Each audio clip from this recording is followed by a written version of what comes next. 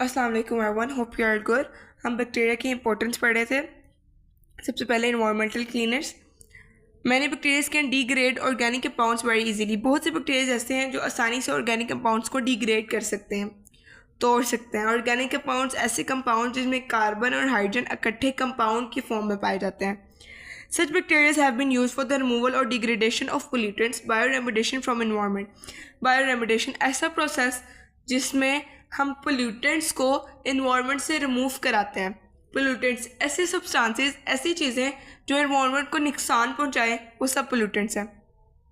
ठीक है, जैसे सैवेज हो गया, कूड़ा क्रिकेट हो गया, उसके बाद गंदी हवा हो गई, ठीक है, बैक्टीरियाज हो गए, और भी डिफरेंट चीज़ें जो इन्वायरमेंट को नुकसान पहुंचाएं, वो चीज़ें हम रिमूव करवाएंगे।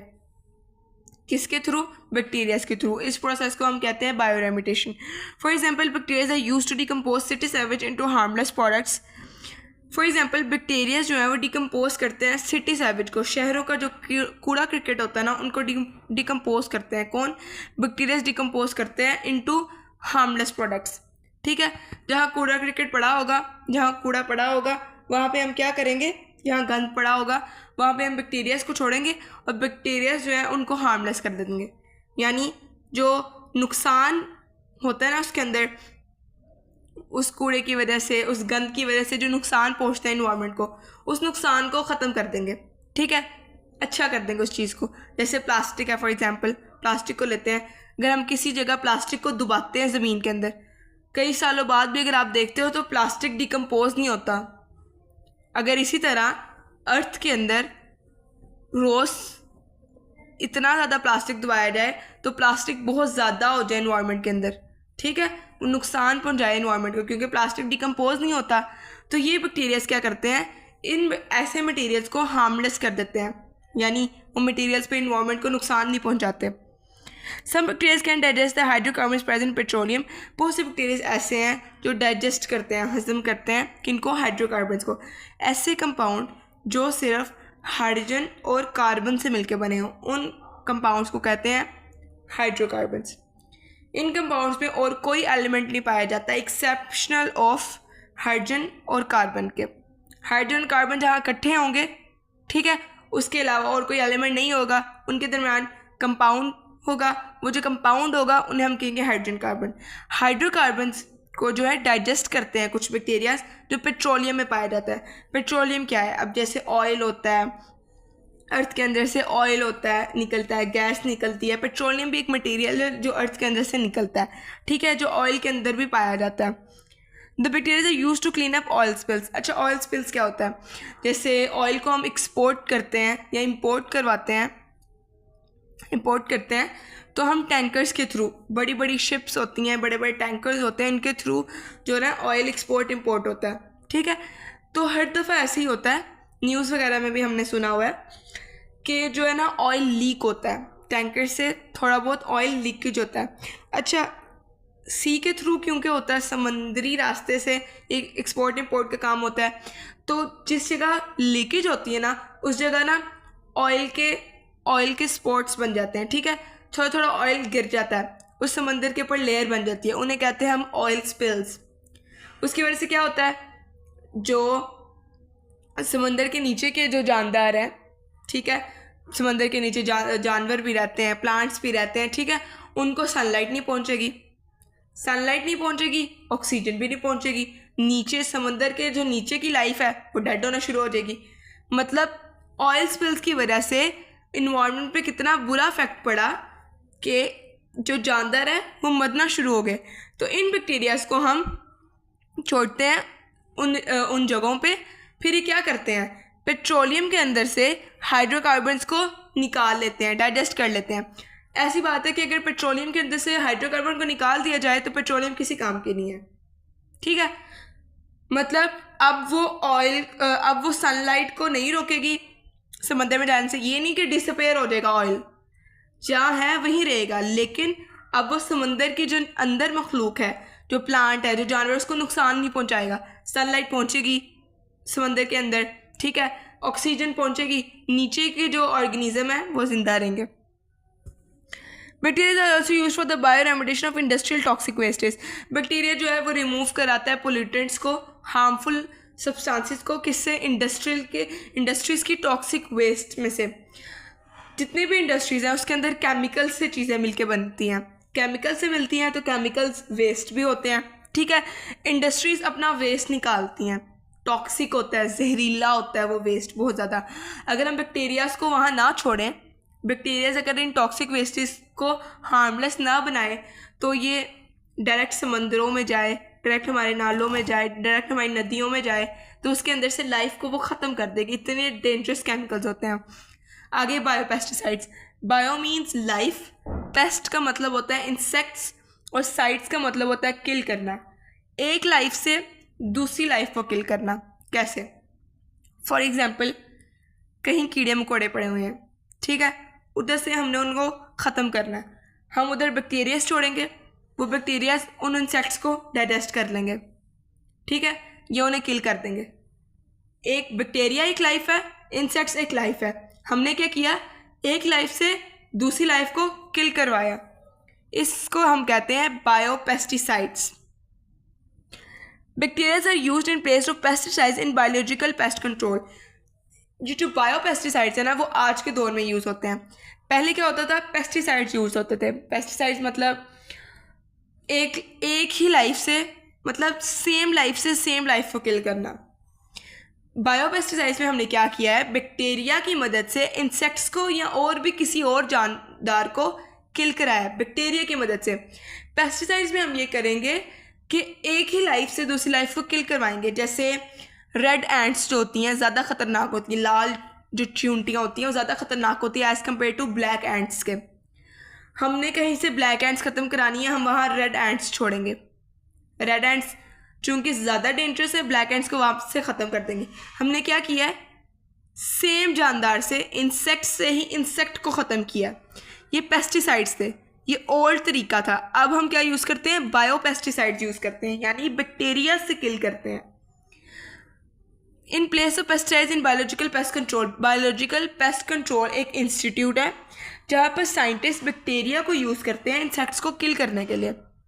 It commonly involve bacillus thuringiensis, a gram positive soil dwelling bacterium. Bacillus thuringiensis एक ऐसा बैक्टीरिया है जो ग्राम पॉजिटिव है।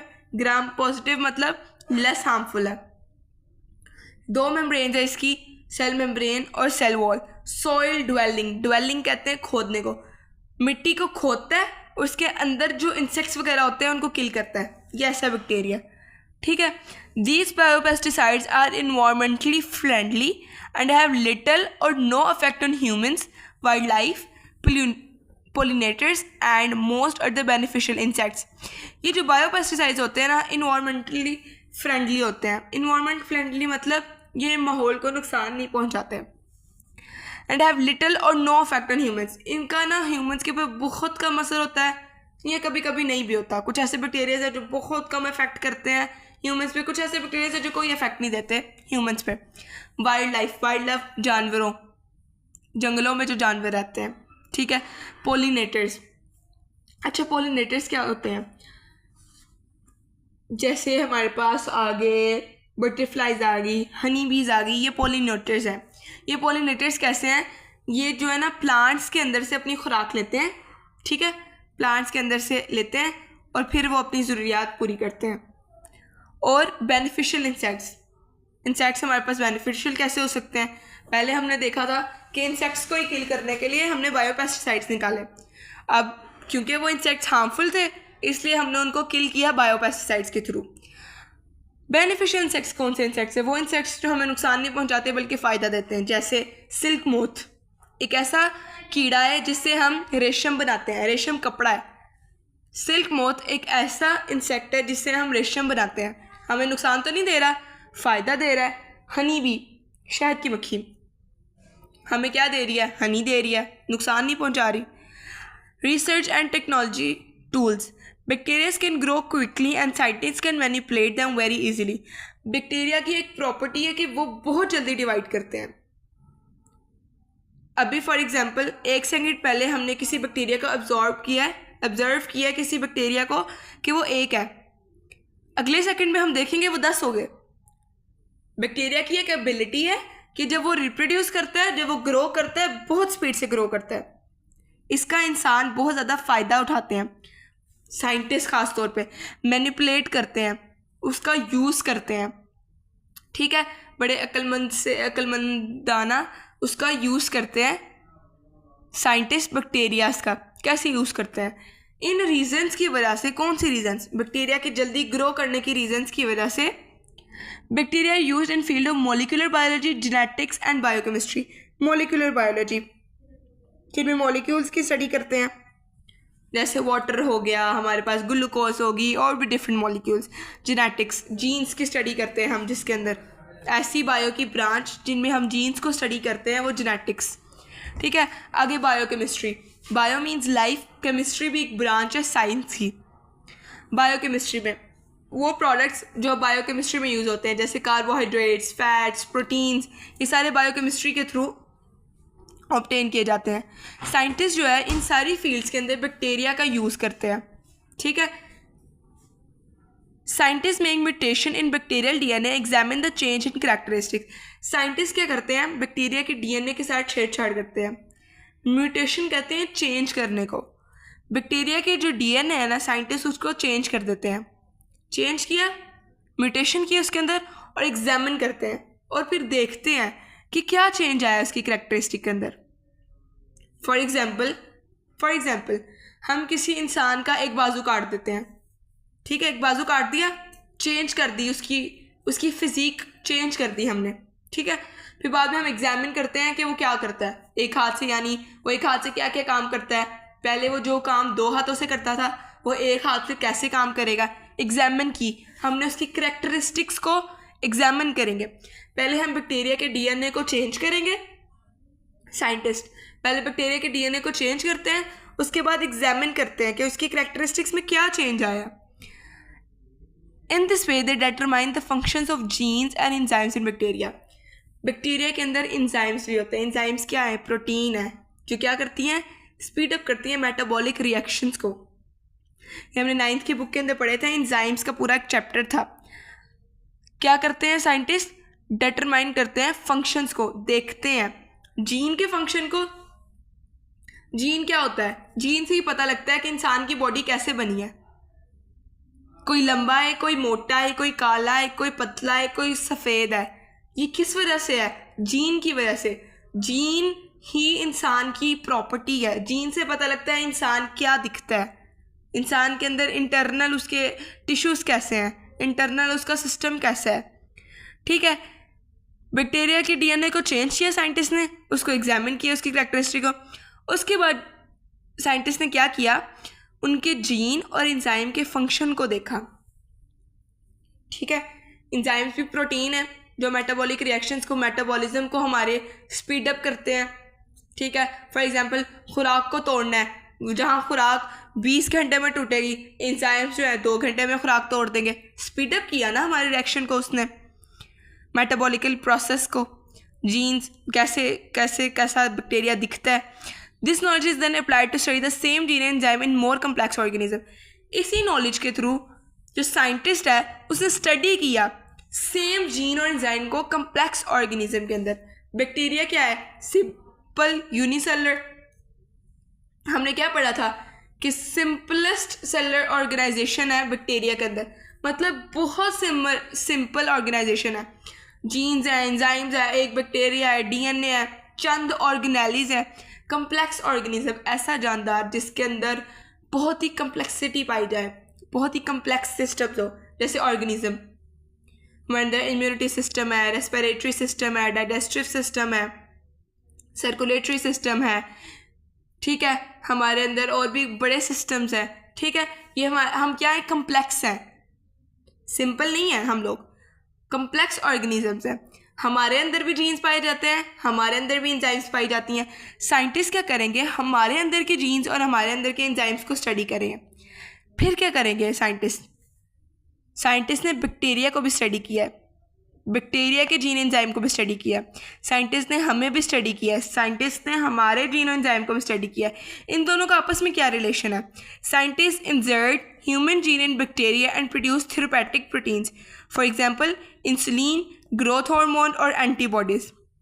साइंटिस्ट ने इंसर्ट किया, डाला है ह्यूमन जीन, इंसानी जीन को, किसके अंदर? बैक्टीरिया के अंदर। बैक्टीरिया की हमने प्रॉपर्टी पढ़ी थी, बैक्टीरिया जल्दी से ग्रो करता है। अब फॉर एग्जांपल डायबिटीज़ के पेशेंट्स हैं, उनको इंसुलिन की ज़रूरत है, ठीक है। इंसुलिन का एक सेल है, हमें ज़्यादा सी इंसुलिन चाहिए। बैक्टीरिया ग्रो, हम ह्यूमंस का इंसुलिन का जीन उठाएंगे, एक बैक्टीरिया के अंदर डालेंगे, बैक्टीरिया ग्रो करेगा। एक बैक्टीरिया, ठीक है, वो ग्रो किया 10 के अंदर, उन 10 के अंदर ह्यूमन का इंसुलिन जीन आ गया, 10 जीन हो गए, इंसुलिन की तादाद मिकदार बढ़ गई। ऐसे जो है ना साइंटिस्ट इंसुलिन बनाते हैं।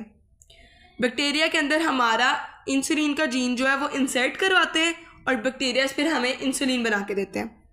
थेरेपेटिक प्रोटीन्स, ऐसी प्रोटीन्स जो आराम देती हैं, हमें सुकून देती हैं, जैसे इंसुलिन हो गया, ग्रोथ हार्मोन्स हो गए, एंटीबॉडीज़ होगी। एंटीबॉडीज़ क्या होती हैं? एंटीजन के जो अगेंस्ट पैदा होती हैं, वाइट ब्लड सेल्स का जो सिस्टम है, ठीक है। एंटी मतलब किल करना, बॉडीज जानदार को। एंटीबॉडीज़ किसे किल करती हैं? वायरसेस और बैक्टीरियाज को जो हमारी बॉडी के ऊपर अटैक करते हैं।